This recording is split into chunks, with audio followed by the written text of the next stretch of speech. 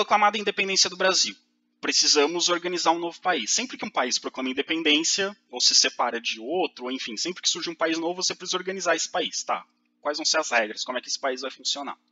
Primeiro, a gente tem que entender que a independência do Brasil não foi um processo liderado por Dom Pedro, que tinha um amor pelo Brasil e queria que o povo se libertasse de Portugal. Não, o processo da independência do Brasil foi comandado pela elite brasileira. Principalmente a elite de 3 estados, ou 3 províncias na época, São Paulo, Minas Gerais e Rio de Janeiro. Essas 3 províncias estavam se constituindo como as mais fortes, no centro, aliás, no sudeste brasileiro. Não era mais o Nordeste açucareiro, a região mais rica, não era mais o centro, região mineradora, a região mais rica. Eram São Paulo, Minas Gerais e Rio de Janeiro. O café está começando a aparecer como um produto importante, a pecuária está ganhando força, a cana-de-açúcar está sendo plantada no Sudeste também. No Sudeste estão surgindo as manufaturas, tem um comércio mais intenso, então o Sudeste vai aos poucos se tornando a região mais importante do Brasil. E a elite do Brasil, de um modo geral, a elite do Nordeste também, a elite do Centro-Oeste, a elite do Sul apoiou a independência. Mas, principalmente, São Paulo, Minas Gerais e Rio de Janeiro foi quem pensou, quem planejou a independência do Brasil, quem liderou esse processo. E quando a gente fala de elite, a gente está falando sobretudo de grandes proprietários rurais, comerciantes e funcionários públicos. Grandes proprietários rurais são beneficiados pela abertura dos portos, pela autonomia do Brasil. Podendo vender para qualquer consumidor, eles conseguem encontrar preços melhores. Sendo obrigados a vender só para Portugal, eles teriam que receber o que Portugal quisesse pagar. Então, colocando seus produtos no mercado internacional, você consegue encontrar consumidores que paguem melhor. Os comerciantes também, podendo vender para qualquer lugar, eles têm oportunidades de melhores negócios. E os funcionários públicos brasileiros apoiaram a independência, porque o Brasil sendo colônia, eles não teriam acesso a cargos mais altos. Os cargos mais altos seriam os portugueses. Então, os funcionários públicos, eles apoiam a independência do Brasil. Então, os 3 principais grupos que lideram a independência do Brasil são os grandes proprietários rurais, os comerciantes e os funcionários públicos. Todos insatisfeitos com Dom João VI, todos insatisfeitos com as medidas das cortes, querem a autonomia do Brasil. Esses grupos queriam a independência do Brasil, mas queriam uma independência sem radicalizações. Que essa independência mantivesse as conquistas da época de Dom João VI. Então, a liberdade econômica, o acesso à política, à imprensa, as melhorias de infraestrutura urbana. Então, eles queriam, assim, o que Dom João VI melhorou tem que manter. Voltando a ser colônia, ia perder. Mas assim, eles querem manter o que ficou melhor com Dom João VI, mas não querem mais nada. As elites brasileiras não querem fim da escravidão. As elites brasileiras não estão pensando em melhorar a situação de vida das classes mais baixas. A elite quer manter o que conquistou com Dom João VI. E eles acharam que para manter o que conquistaram com Dom João VI, só se tornando independente. É esse o ponto. Então, não dá pra gente chamar a independência do Brasil de uma revolução, por exemplo. Porque numa revolução você tem mudanças em toda a sociedade. Na independência do Brasil, a única mudança que você tem é que o Brasil tem autonomia diante de Portugal. O Brasil não é mais governado por Portugal. O Brasil é governado por um príncipe, que aliás é português. Né? Então a diferença é essa. O Brasil não é dependente mais de Portugal, é autônomo. Mas a estrutura social brasileira, a elite agrária, a classe média urbana, as camadas mais pobres e os escravos, ficam exatamente como eram no tempo da colônia. Socialmente não muda absolutamente nada no Brasil. Economicamente, muito pouca coisa muda. As principais atividades econômicas do Brasil colonial são as principais atividades econômicas do Brasil independente. Então não é uma revolução, é só uma mudança de governo. Ok? Como a elite não queria uma mudança radical, que eles temiam assim, vai que a gente proclama uma república, aí o povão vai e elege um presidente que vai mudar tudo que a gente está fazendo. Não, tem que manter as coisas como estão.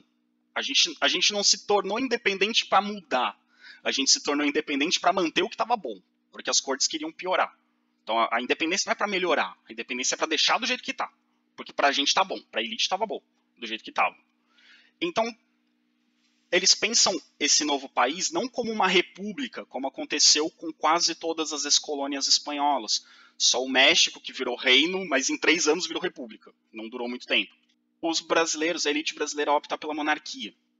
Por que a monarquia? Você tendo um rei, essa figura do rei vai ser respeitada por todo o povo, era o que eles imaginavam. Você evita a fragmentação territorial. As colônias espanholas se fragmentaram em vários países. Para a elite brasileira era ruim o Brasil se fragmentar, porque eles iam perder o comércio interno, as relações internas. Então é interessante manter o Brasil unido.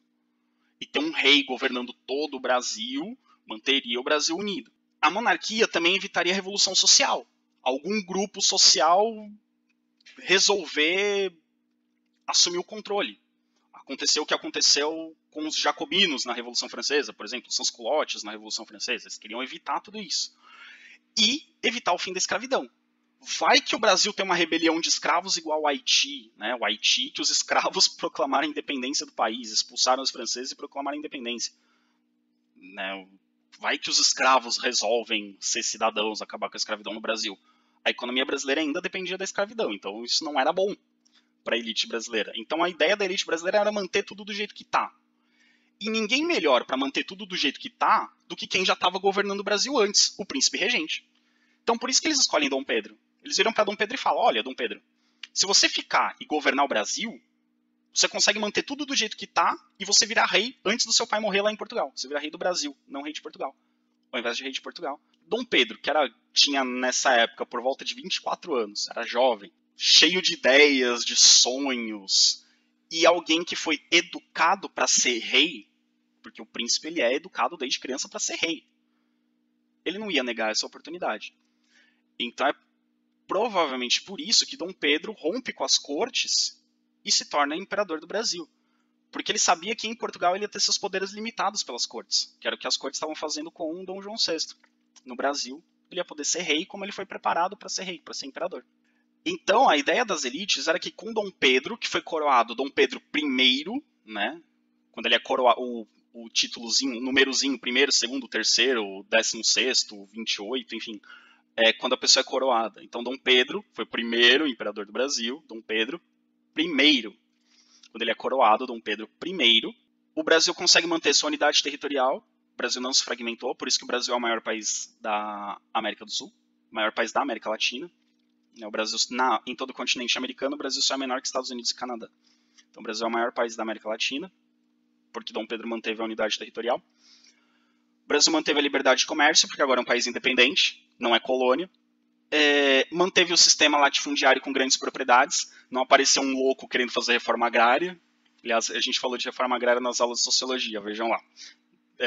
Vocês devem ter entendido que eu fui irônico quando falei de louco, né? Enfim, se não entenderam a ironia, vejam as aulas de sociologia que eu falei de reforma agrária.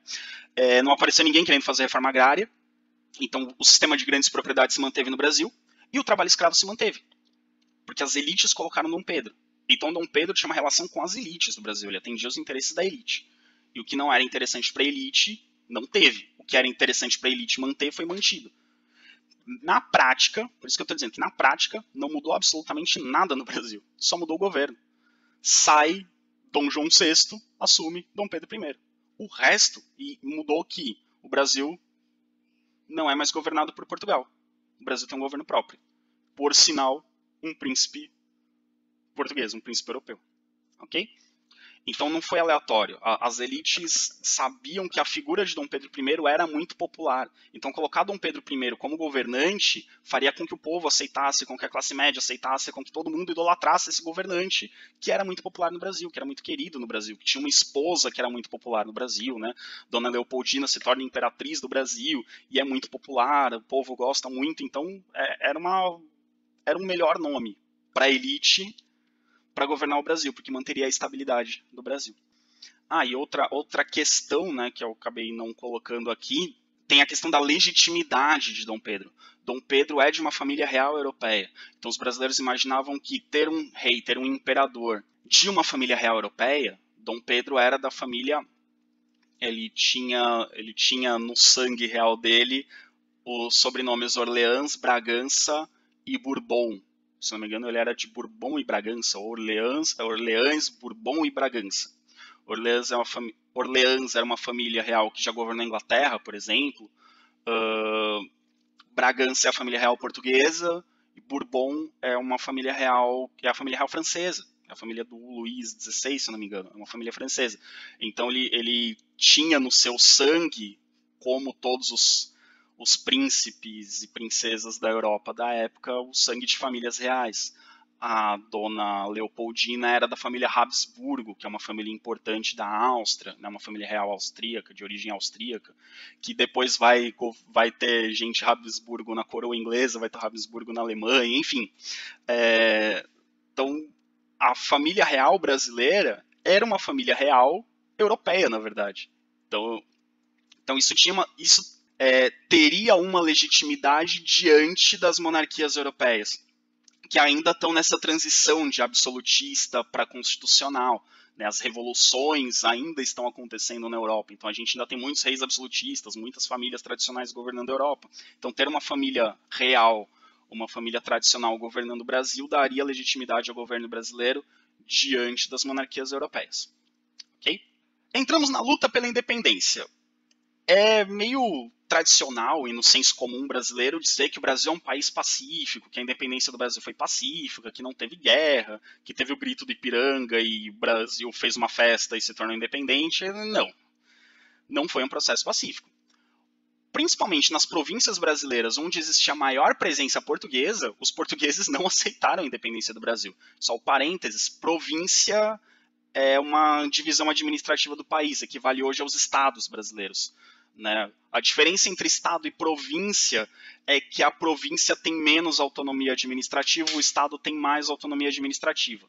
Mas territorialmente é mais ou menos a mesma coisa. Você divide um país em territórios, se eles têm mais autonomia, você chama de estado, se eles têm menos autonomia, você chama de província. O Brasil hoje é dividido em estados, a Argentina hoje é dividida em províncias. O Brasil, quando se tornou independente, era dividido em províncias. Então, nas províncias onde existia maior presença portuguesa, teve português que pegou em armas e foi para cima, entrou em guerra contra a independência, contra o novo governo. Teve lugares que foi só tumulto, teve lugar que teve protesto, teve lugar que teve gente brigando na rua, teve lugar que teve guerra mesmo, exército, forças armadas e tal. Então, por todo o Brasil, teve brigas, teve guerras, teve mortes. Foi bem violento o negócio.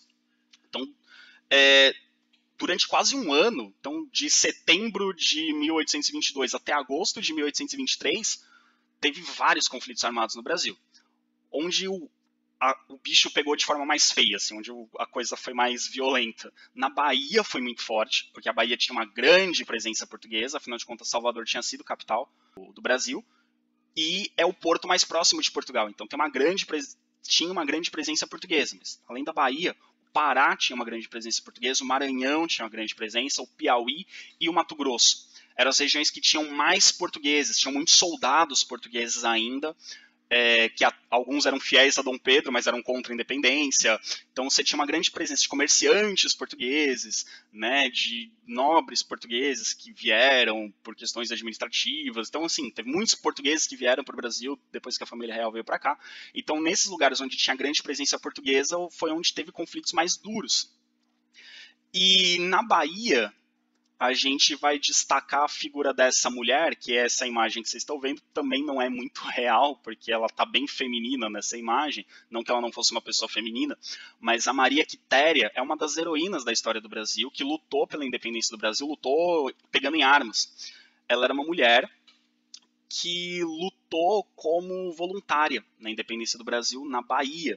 Né? O Brasil ainda não tinha um exército quando se tornou independente, então formaram-se exércitos patrióticos com voluntários. Quem queria lutar pela independência do Brasil ia lá, procurava os representantes do governo provisório, né, que estava sendo montado, pegava armas, um uniforme e ia para a guerra.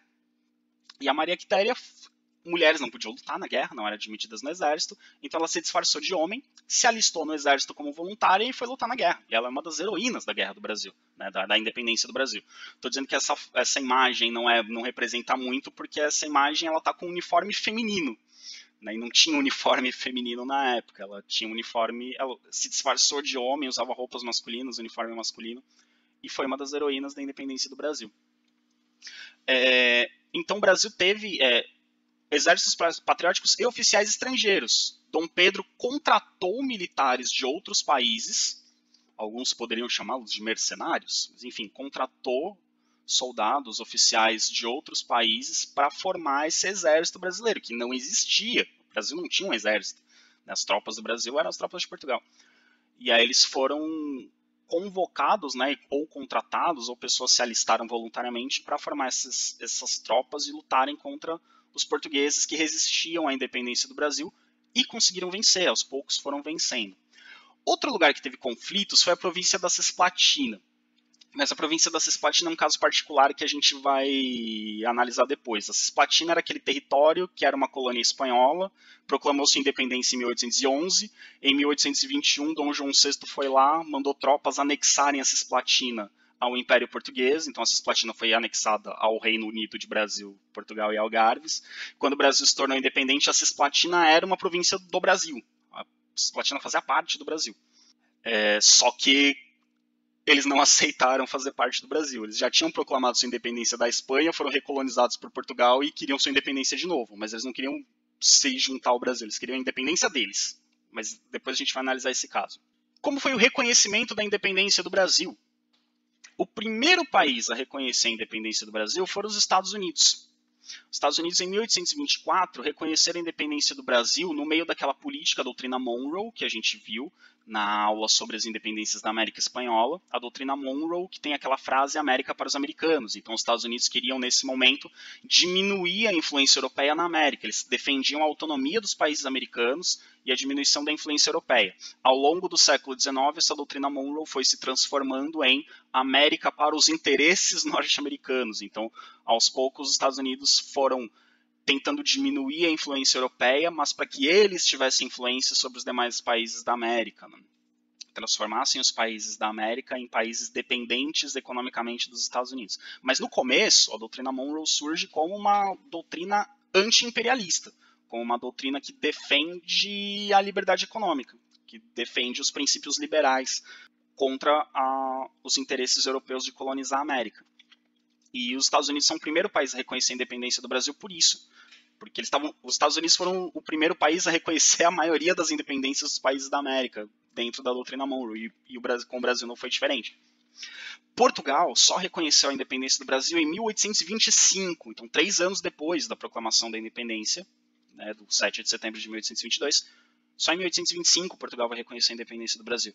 E não reconhece à toa, nós reconhecemos que perdemos, tal, sejam felizes. Não.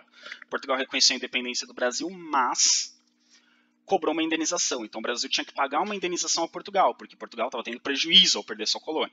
Então o Brasil tinha que pagar uma indenização. Então as negociações entre o Brasil e Portugal, se chegou a um acordo que Portugal reconheceria a independência do Brasil e o Brasil, em troca, pagaria uma indenização. O Brasil não tem dinheiro, é um país recém-independente. Quem vai emprestar dinheiro para o Brasil pagar a indenização para Portugal, que era uma indenização bem alta? A Inglaterra.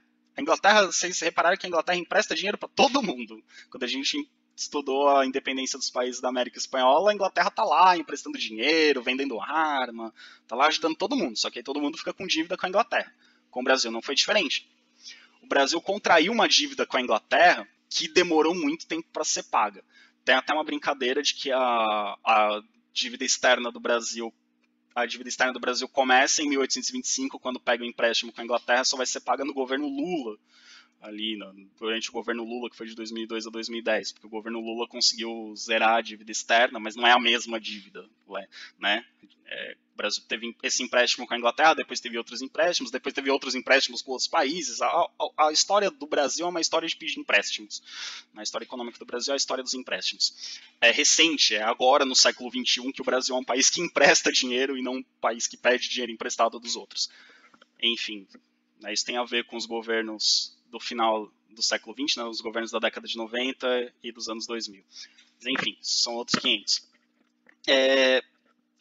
Então o Brasil pegou dinheiro emprestado com a Inglaterra e a Inglaterra falou, eu empresto dinheiro, eu tenho dinheiro para emprestar. A Inglaterra não esqueçam que a Inglaterra era aliada de Portugal, né? E aí, nossa, mas a Inglaterra apoiou a independência do Brasil? Não, a Inglaterra não reconheceu a independência do Brasil. Mas quando Portugal e Brasil entraram num acordo e a Inglaterra ajudou nas negociações, a Inglaterra falou, opa, então já que Portugal vai reconhecer a independência do Brasil, eu ajudo o Brasil, empresto dinheiro para vocês, brasileiros. Mas eu quero uma coisa em troca. A Inglaterra não é boba. Ela empresta dinheiro para todo mundo, mas ela quer coisas em troca. Eu empresto dinheiro para vocês, mas Lembra aqueles acordos de Dom João VI que beneficiavam os comerciantes ingleses no Brasil, que os comerciantes ingleses pagavam menos impostos que os dos outros países? Então, a gente quer que aqueles acordos se mantenham. Então, os tratados de 1810 foram mantidos por Dom Pedro I, mesmo com o Brasil independente. Então, a Inglaterra continua tendo uma grande influência na economia brasileira, tendo o Brasil como um grande mercado consumidor, e o Brasil compra a maioria de seus produtos industrializados vindos da Inglaterra, mesmo após ser independente.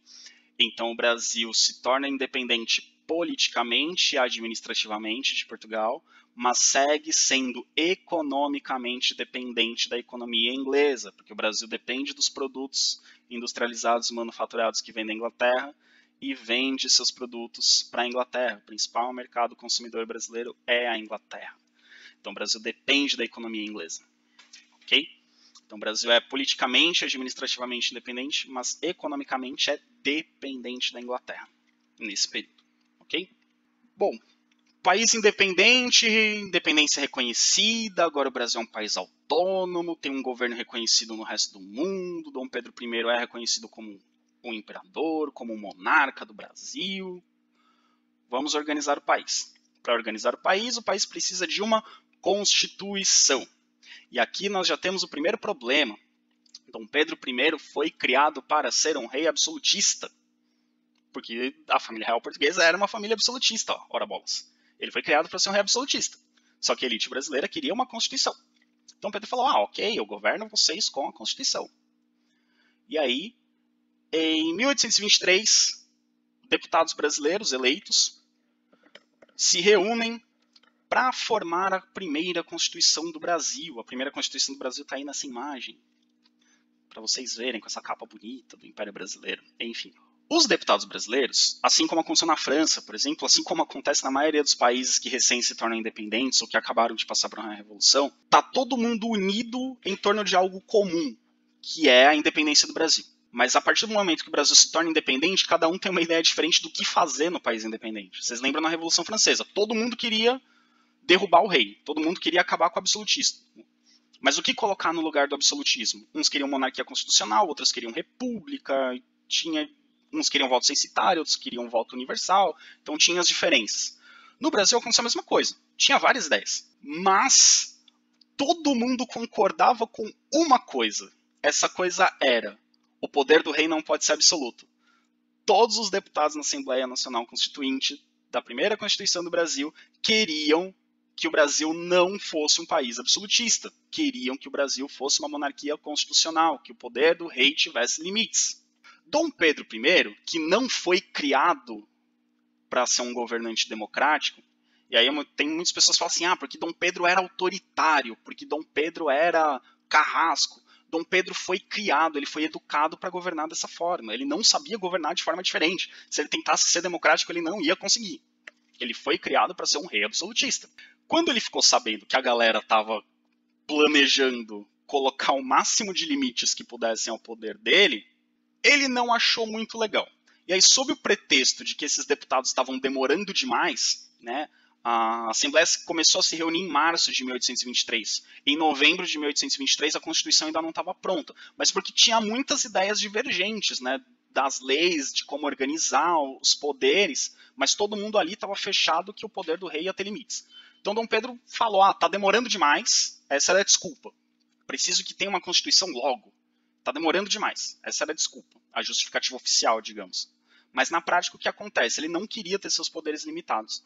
Então ele mandou suas tropas cercarem o prédio onde a Assembleia estava se reunindo, dissolveu a Assembleia Constituinte. Dissolver a Assembleia vão todo mundo para casa, não tem mais Assembleia Constituinte, acabou. Isso é dissolver a Assembleia. Não tem Assembleia. Então, em 1823, novembro de 1823, Dom Pedro acaba com a Assembleia Nacional Constituinte. Só que tem um problema. Tem que ter uma Constituição, né? E essa atitude dele dissolver a Assembleia Nacional Constituinte mostrou que ele era autoritário. E essa atitude autoritária dele causou insatisfação no povo. O povo falou, você liderou a independência aí, mas era para ter uma Constituição. Era para a gente ser livre de Portugal. Para a gente não ser mais absolutista. O que você está fazendo aí? Não vai ter Assembleia, daqui a pouco você vai querer anexar o Brasil a Portugal de novo? Afinal de contas, você é português. Vai que você está querendo fazer o Brasil voltar a ser colônia de Portugal. tem que ter uma Constituição. Aí Dom Pedro, para não ter protestos, nomeou uma comissão, juntou uma galera da confiança dele e falou, gente, cria uma Constituição aí. Só que uma Constituição que eu tenho que aprovar, uma Constituição que eu tenho que gostar, com as minhas ideias. Aí essa comissão criou uma Constituição a mando de Dom Pedro, e essa Constituição ficou pronta em março de 1824. Então, de março a novembro de 1823, a Constituição não saiu, porque os deputados estavam lá debatendo, aí quando Dom Pedro resolveu fazer, e em 4 meses saiu. Então, em março de 1824 saiu a primeira Constituição do Brasil. E essa Constituição, ela foi outorgada. O que é outorgada? A palavra outorgar significa conceder, entregar. Então, quando você outorga algo a alguém, você está concedendo algo a alguém. Então, a gente diz que a primeira Constituição do Brasil foi outorgada porque Dom Pedro criou essa Constituição, né, a comissão que ele nomeou criou, segundo as ideias dele, ele criou essa Constituição e entregou para o país. É diferente de uma Constituição ser proclamada, né, ou de uma Constituição ser debatida e entregue à população. Né, é diferente. O outorgado quer dizer, eu fiz e dei para vocês. Eu fiz e entreguei. Não é assim que nós fizemos. Eu fiz e entreguei. Isso é uma Constituição outorgada. Então, a primeira Constituição do Brasil já é fruto de um ato autoritário da figura de Dom Pedro I. Então, entregou a Constituição, beleza. Tem Constituição, não tem mais protesto. Parem de me encher o saco, temos uma Constituição. E essa Constituição ela é muito interessante porque ela tem algumas coisas que meio que só ela tinha. Nenhum outro lugar do mundo tinha. Era uma coisa bem particular, era uma coisa bem própria. Quais são as características dessa Constituição? Primeiro, segundo essa Constituição, olha que legal, todo cidadão tem igualdade perante a lei, liberdade de expressão, direito de votar e direito de ser votado. Legal, todo cidadão tem todos esses direitos. Porém, quem é cidadão? Cidadão é homem, mulher não é cidadã, com mais de 25 anos. Se você não tem 25 anos, você ainda não é cidadão no primeiro reinado. E que comprovassem uma determinada renda. Então, se você tivesse propriedades ou se você tivesse uma renda mínima, você era cidadão. Se você não tem propriedades e nem tem essa renda mínima, você não é cidadão. Além disso, então assim, você exclui a maior parte da população brasileira, que é de mulheres, negros, aí os negros têm tanto negros livres quanto escravos, e você tem os indígenas e a população pobre. Então, a grande maioria da população brasileira não era considerada cidadã. Então, não tinha igualdade perante a lei, nem liberdade de expressão, nem direito de votar e de ser votado. Além disso, o voto era censitário, como nós já vimos em aulas anteriores. Voto censitário, você só vota se tiver propriedade ou uma determinada renda. E 90% da população brasileira não tinha nem propriedade, nem essa determinada renda. Então, só 10% dos brasileiros participavam da política. Então, isso você já reduz a um grupo. Você reduz a elite, aos grandes proprietários, aos grandes comerciantes e aos altos funcionários públicos. É pouca gente que participa da política no Brasil. E Dom Pedro falou assim, vocês não querem um rei autoritário? Vocês querem divisão de poderes? Então não vou dividir em 3 poderes, vou dividir em 4 poderes. Então o Império Brasileiro tinha 4 poderes. Mas, né, não era tanta divisão de poder assim. Tinha 4 poderes, 3 que a gente já conhece. Do Montesquieu, executivo, legislativo e judiciário. O executivo executa as leis, o legislativo cria as leis que o executivo vai executar, o judiciário julga as leis criadas pelo legislativo para ver se elas estão sendo cumpridas. Só que a Constituição brasileira determina um 4º poder, o poder moderador. Qual que é a função do poder moderador? Fiscalizar os outros 3 poderes. Ou seja, quem tem o poder moderador, manda nos outros. Então é uma divisão de poderes só teórica. Na prática, é o poder moderador que manda. E quem era o poder moderador? O imperador. E quem era o poder executivo? O imperador também. O imperador é o poder executivo e é o poder moderador. Ele concentra sozinho 2 poderes. Dos 4, ele sozinho tem 2. Sendo que um desses 2 se sobrepõe aos demais. Então não é uma divisão de poderes.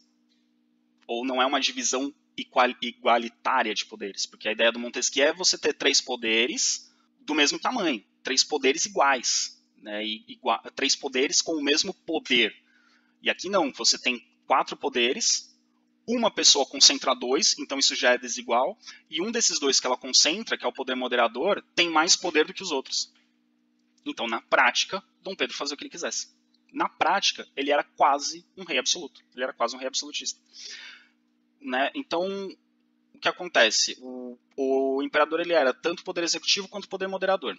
Enquanto membro do poder executivo, ele era responsável por escolher os senadores. Os senadores não eram eleitos, não era através de eleições. Os senadores, existia no Brasil Câmara dos Deputados e Câmara de Senadores. A Câmara dos Deputados era eleita através do voto censitário. Tinha eleições e os deputados eram escolhidos. Os senadores eram nomeados pelo imperador e o cargo era vitalício. Então o senador era nomeado pelo imperador e só deixava o cargo quando morresse. Então o poder legislativo tinha Câmara dos Deputados e Senado. Câmara dos Deputados eleita, Senado escolhido pelo imperador. Então o imperador já tem o poder executivo já tem uma influência sobre o poder legislativo. O poder executivo também escolhe os ministros e os presidentes das províncias. Não tinha eleições, como a gente tem hoje, eleição para governador do estado. Quem escolhia quem ia governar cada província era o poder executivo, que era o imperador. E também escolhe os ministros. Mas hoje ainda é o presidente que escolhe os ministros. O ministério ok, mas o presidente das províncias não era eleição, era o imperador que escolhia, e o Senado era o imperador que escolhia. Claro que ele ia escolher pessoas que ele achava que iam apoiá-lo, que iam defender suas ideias. E também a questão do voto censitário, para você poder votar, você tinha que ter uma renda. Para você poder se candidatar a deputado, você tinha que ter uma renda um pouco maior. E para você poder ser escolhido senador, sua renda tinha que ser ainda maior. Então, para ser senador, além de ser indicado pelo imperador, você tinha que ser muito rico. Então, percebam que a política ficava só nas mãos da elite mesmo. Ok? E o que o poder moderador faz? O poder moderador não mexe no executivo, mas não precisa, porque é a mesma pessoa. O poder moderador ele controla o legislativo e o judiciário. O judiciário é composto por juízes, que vão trabalhar nos tribunais. Quem indica os juízes? O poder moderador. E o legislativo, ele é controlado pelo poder moderador na medida que o poder moderador pode dissolver o poder legislativo. Ele pode dissolver a Câmara dos Deputados. Os deputados são eleitos, mas o poder moderador pode tirar o mandato e convocar novas eleições, se ele achar que o legislativo não está trabalhando direito. Então, na prática, ele tem quase poder absoluto. Seguindo. Obviamente, muitos brasileiros não gostaram dessa atitude autoritária de Dom Pedro. E aí começamos a ter revoltas. Uma das revoltas é a Confederação do Equador, que aconteceu em 1824. O que acontece? Essa Constituição, outorgada em 1824, no mesmo ano, ela precisava ser jurada nas câmaras municipais. Então, para ela valer no Brasil inteiro, todas as cidades e todas as vilas tinham que as suas câmaras, né, as suas administrações locais, tinham que fazer o juramento de obedecer a essa Constituição. As cidades de Olinda e Recife não juraram a Constituição, não aceitaram essa Constituição outorgada por Dom Pedro I, porque acharam autoritária. E também não aceitaram o presidente nomeado para a província de Pernambuco. Então eles não aceitaram a Constituição outorgada e não aceitaram a nomeação do presidente de província feita por Dom Pedro I. A elite pernambucana já tinha alguma insatisfação por conta dos problemas econômicos desde a época de Dom João VI, e eles acharam que o governo autoritário de Dom Pedro I não resolveria os problemas econômicos, os problemas sociais e traria novos problemas políticos. Essa insatisfação foi aumentando, foi crescendo, as críticas a Dom Pedro I foram crescendo em Pernambuco, até que surgiu uma revolta separatista em Pernambuco. Então um grupo de lideranças políticas de Pernambuco resolveu se separar do Brasil, resolveu separar Pernambuco do resto do Brasil, proclamar a independência de Pernambuco. E esse novo estado seria um estado republicano, então eles formariam uma república no estado de Pernambuco, independente do Brasil imperial. Essas ideias se espalharam por outras províncias, então além de Pernambuco, Rio Grande do Norte, Paraíba, Ceará e Piauí se juntaram a esse movimento. E essas províncias juntas formaram um novo país, o que seria um novo país, chamado de Confederação do Equador. Equador por causa da linha do Equador que passa ali perto. Então a bandeira da Confederação do Equador é essa azul na imagem aí que vocês estão vendo. Então tentou se formar no Brasil um país independente. Reparem que Pernambuco já tentou se separar do Brasil, quando o Brasil ainda era colônia, na Revolução Pernambucana. Tentou se separar do Brasil com a Confederação do Equador. E vai ter outra revolta mais pra frente que a gente vai ver, que é a Revolução Praieira, que a gente vai falar dela no próximo vídeo. Então percebam que os pernambucanos têm mais histórico de tentar se separar do Brasil do que os gaúchos. Vocês ficam aí falando da Farroupilha, eles têm 3 revoluções para tentar se separar do Brasil. Por isso que eles são tão ou mais bairristas do que os gaúchos. Mas voltando para Pernambuco. Qual foi a reação de Dom Pedro I? Mandou o exército acabar com essa palhaçada. Foi muito violenta a reação de Dom Pedro I, muito violenta. Foram 3 meses de combates muito violentos. As tropas brasileiras foram muito agressivas contra os revoltosos da Confederação do Equador. Além de centenas de mortos e milhares de feridos, nós tivemos o Império Brasileiro venceu a Confederação do Equador não conseguiu se separar do Brasil e proclamar a República, e 16 líderes foram condenados à morte. Entre esses líderes estava o Frei Caneca. O Frei Caneca é uma figura muito interessante, depois vocês procurem sobre ele, mais detalhes sobre ele, mas só um resuminho do Frei Caneca. O Frei Caneca participou da Revolução Pernambucana, ainda no período colonial. Ele chegou a ser condenado, foi preso, condenado, mas depois ele recebeu o perdão real. Dom João VI perdoou o Frei Caneca, ele se libertou. Frei Caneca é um apelido, ele era padre, né, mas acabou se tornando político. E aí, quando vem a Constituição outorgada por Dom Pedro I, ele é um dos líderes da Confederação do Equador. Então, de novo, a tentativa de uma revolta republicana com ideias liberais. E aí, o Frei Caneca é um dos presos e condenados à morte por essa rebelião. Como ele era um líder muito popular e muito carismático, ele foi condenado à forca. Só que nenhum carrasco quis enforcar o Frei Caneca. Então, o comandante lá do exército responsável por aplicar a pena ao Frei Caneca chamou um carrasco, o carrasco falou, não, vou matar o Frei Caneca. Não tenho coragem. Chamou o segundo, não tenho coragem. Chamou o terceiro, não tenho coragem. Ninguém queria matar o Frei Caneca. Então, eles trocaram. Ao invés de enforcamento, vai ser fuzilamento. Porque aí são várias pessoas atirando, pelo menos uma vai atirar. Aí amarraram ele no poste onde ele seria enforcado. E quando o comandante deu a ordem para atirar, um dos atiradores teve um mal súbito e morreu. Na hora de atirar no Frei Caneca, um deles morreu. Os outros atiraram, o Frei Caneca foi morto. Mas como um dos atiradores, ninguém queria matar o Frei Caneca, e um dos que ia atirar nele morreu, não conseguiu atirar e morreu, né? Imagina o tamanho da emoção do cara que, de tanto que não queria matar o outro, morreu para não atirar. Por conta disso, o povo começou a dizer que isso era um sinal divino de que o Frei Caneca era inocente, que o Frei Caneca era santo. Então o Frei Caneca se tornou um ícone, um herói pernambucano. Então ele virou uma figura meio mitológica, assim, tipo, ele é um grande herói da liberdade. E ele se tornou um herói republicano. Quando o Brasil se torna república, a imagem do Frei Caneca vai ser recuperada, porque ele vai ser um defensor da república, ok? Depois pesquisa sobre ele, é uma figura bem interessante. E aí nós temos, além da Confederação do Equador, que foi uma tentativa de separação, uma revolta separatista que fracassou, a gente tem uma revolta separatista que deu certo, que é a Guerra da Cisplatina. A Cisplatina, como eu disse, era um território espanhol que proclamou sua independência em 1811, em 1821 foi anexado por Dom João VI ao Império Português. Quando o Brasil se torna independente, era uma província do Brasil. Só que a partir de o Brasil se tornou independente em 1822, teve sua independência reconhecida em 1825. Quando o Brasil teve sua independência reconhecida, a Cisplatina falou, quero me tornar independente também. Aí os brasileiros falaram, mas vocês já são independentes, porque nós todos somos independentes. Aí eles, não, eu quero me tornar independente de vocês. E aí a Cisplatina começa a brigar com o Brasil, reivindicar a independência do Brasil, começa a protestar, começa a ter manifestações. E assim, não tinha motivo para eles fazerem parte do Brasil. Eles falavam espanhol, eles tinham uma cultura completamente diferente, eles tinham outros costumes, eles não se sentiam brasileiros. Eles achavam que eles não tinham absolutamente nada a ver com o Brasil. Então eles queriam a independência. Para conter as revoltas, em 1825, Dom Pedro declara guerra à Cisplatina. Manda as tropas irem conter as revoltas na Cisplatina. Pois bem, essa guerra dura 3 anos e termina com a vitória da Cisplatina. Então, eu coloquei um mapa aí na imagem para vocês verem. Em vermelho está a Cisplatina, e aí em branco, creme, sei lá, enfim, que cor é essa, é o Brasil. Olha o tamanho do Brasil, olha o tamanho da Cisplatina, e quem ganhou foi a Cisplatina.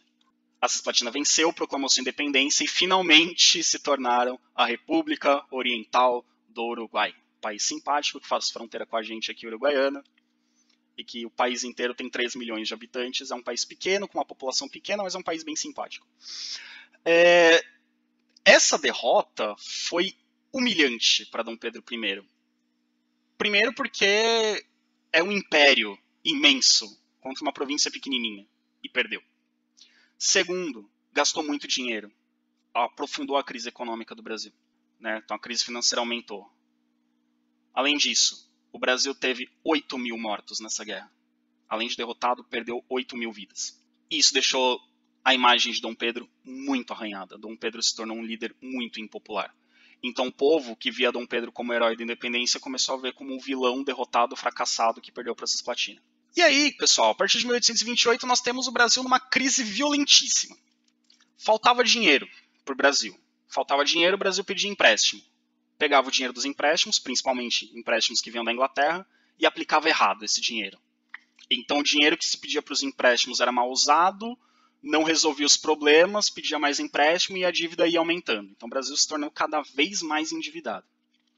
A importação de produtos superava as exportações, então o Brasil comprava mais produtos de fora do que vendia para fora. Isso levou a um déficit nas contas nacionais. Sai mais dinheiro que entra, agrava a crise econômica. A cobrança de impostos do novo governo era muito desorganizada, então o governo não arrecadava impostos suficientes para bancar suas contas. Então o governo gastava mais do que arrecadava. Aumenta o déficit público, aumenta a dívida pública. Nesse contexto, o Banco do Brasil, que tinha sido fundado ainda por Dom João VI, para ajudar as finanças do Reino Unido e que depois se tornou o Banco Nacional do Brasil Independente, faliu em 1829. Então o Banco do Brasil que existe hoje, na verdade, ele é uma reabertura, ele não é exatamente o mesmo da época de Dom João VI. Ele faliu no primeiro reinado e depois foi reaberto. Além disso, o Brasil sofria com a concorrência internacional da agricultura. Você tinha cana-de-açúcar sendo plantada nas Antilhas, você tinha algodão sendo plantado nos Estados Unidos, que eram os principais produtos de exportação do Brasil, e isso fazia com que o Brasil perdesse compradores, porque tinha gente que preferia comprar açúcar de outros lugares, comprar algodão de outros lugares, e o preço, quando você tem muita concorrência, o preço abaixa. Internamente, os preços aumentam, porque você tem a agricultura voltada para exportação, falta alimentos, menos alimentos, o preço aumenta, isso afeta a população mais pobre principalmente. E os produtos manufaturados, a maioria deles vindos do exterior, também estavam com o preço cada vez mais elevado no Brasil. Isso aumenta a inflação. Os fazendeiros do Nordeste brasileiro culpavam Dom Pedro I por seus prejuízos. Eles falavam, a gente não está conseguindo vender cana-de-açúcar, a gente não está conseguindo vender algodão, a pecuária está em crise, a venda do tabaco está ruim no mercado externo, porque Dom Pedro I é um governante incompetente. Porque Dom Pedro I não sabe administrar a economia do Brasil. É culpa de Dom Pedro. E as camadas médias populares, as camadas médias e as camadas populares também estavam insatisfeitas.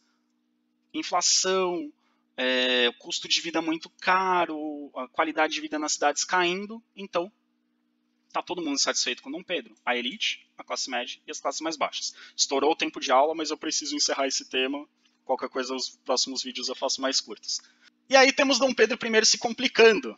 Em 1829, encerra o prazo que Dom Pedro tinha estabelecido com a Inglaterra para acabar com o tráfico negreiro.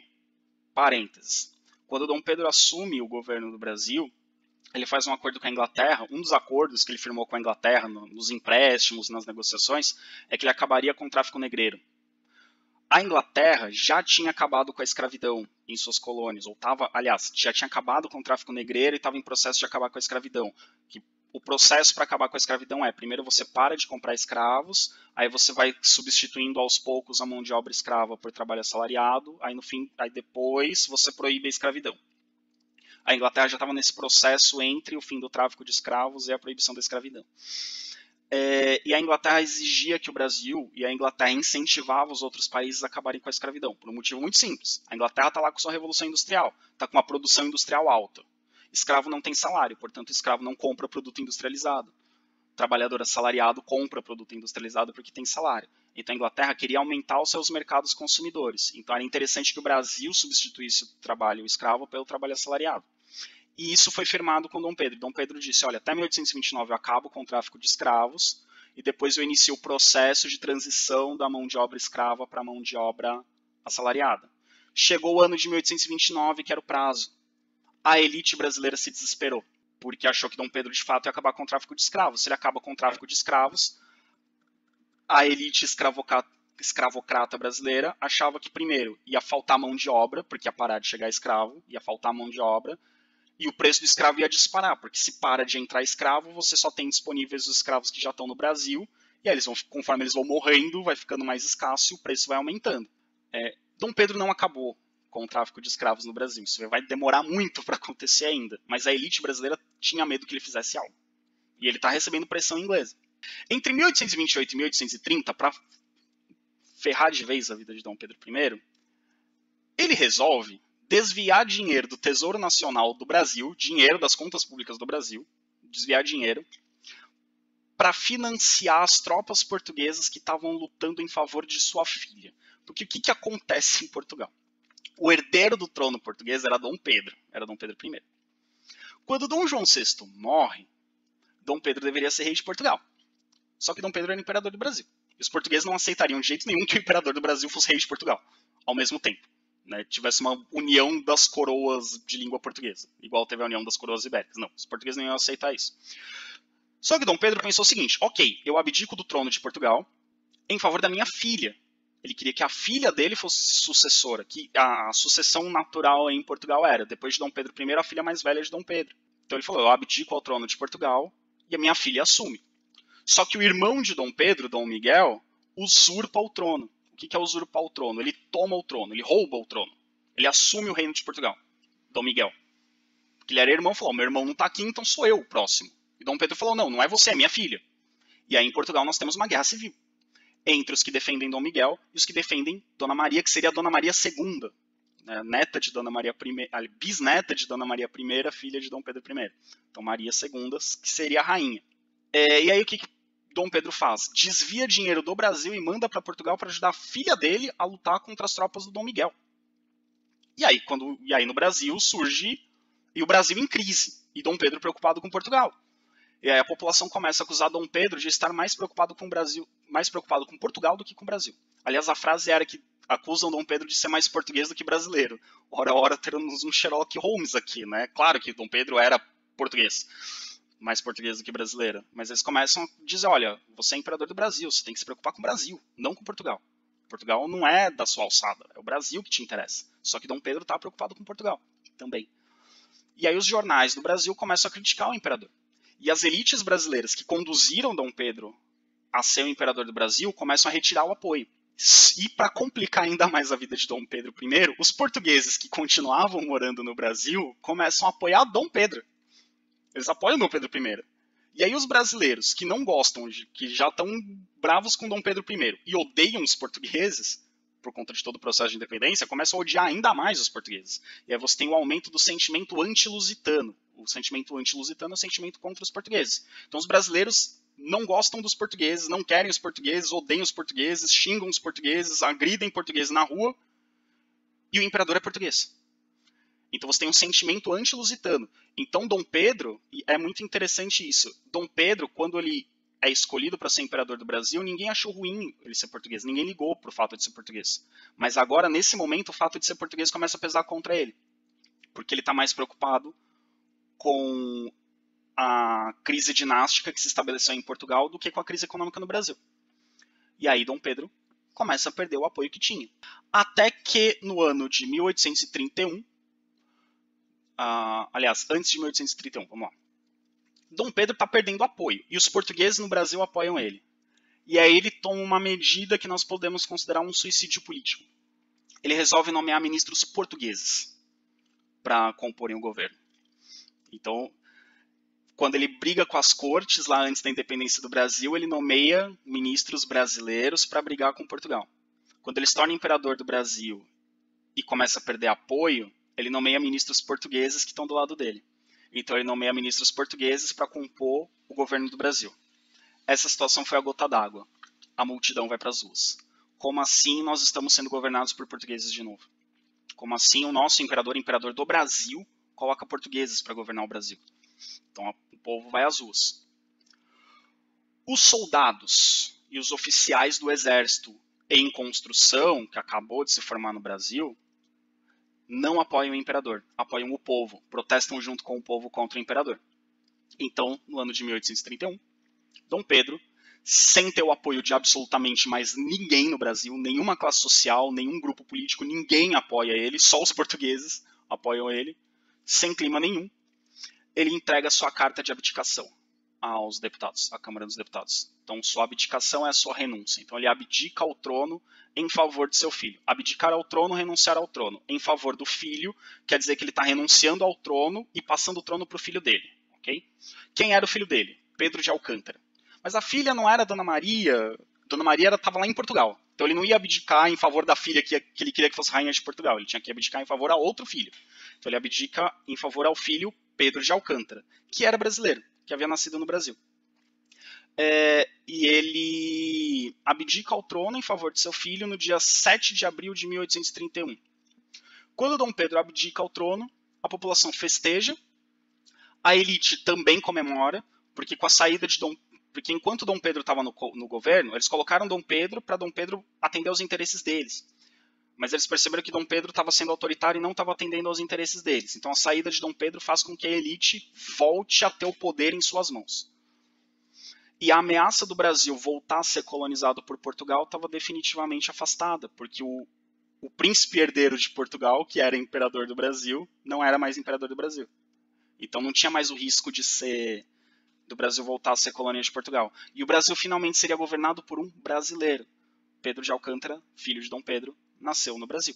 Só que tinha o problema que Pedro de Alcântara ainda tinha 6 anos de idade. Vocês vão concordar que com 6 anos de idade não dá para ser imperador, mas isso a gente vai entender na próxima aula.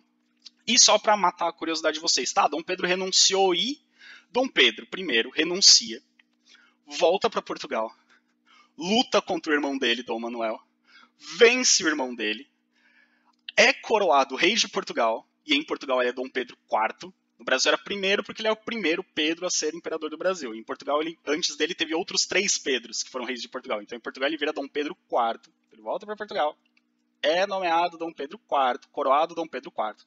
Ele é coroado, estabiliza a política em Portugal, estabiliza a política, deixa a política estabilizada, controla as revoltas, abdica ao trono em favor da filha e morre aos 34 anos. Ele morre de tuberculose, provavelmente.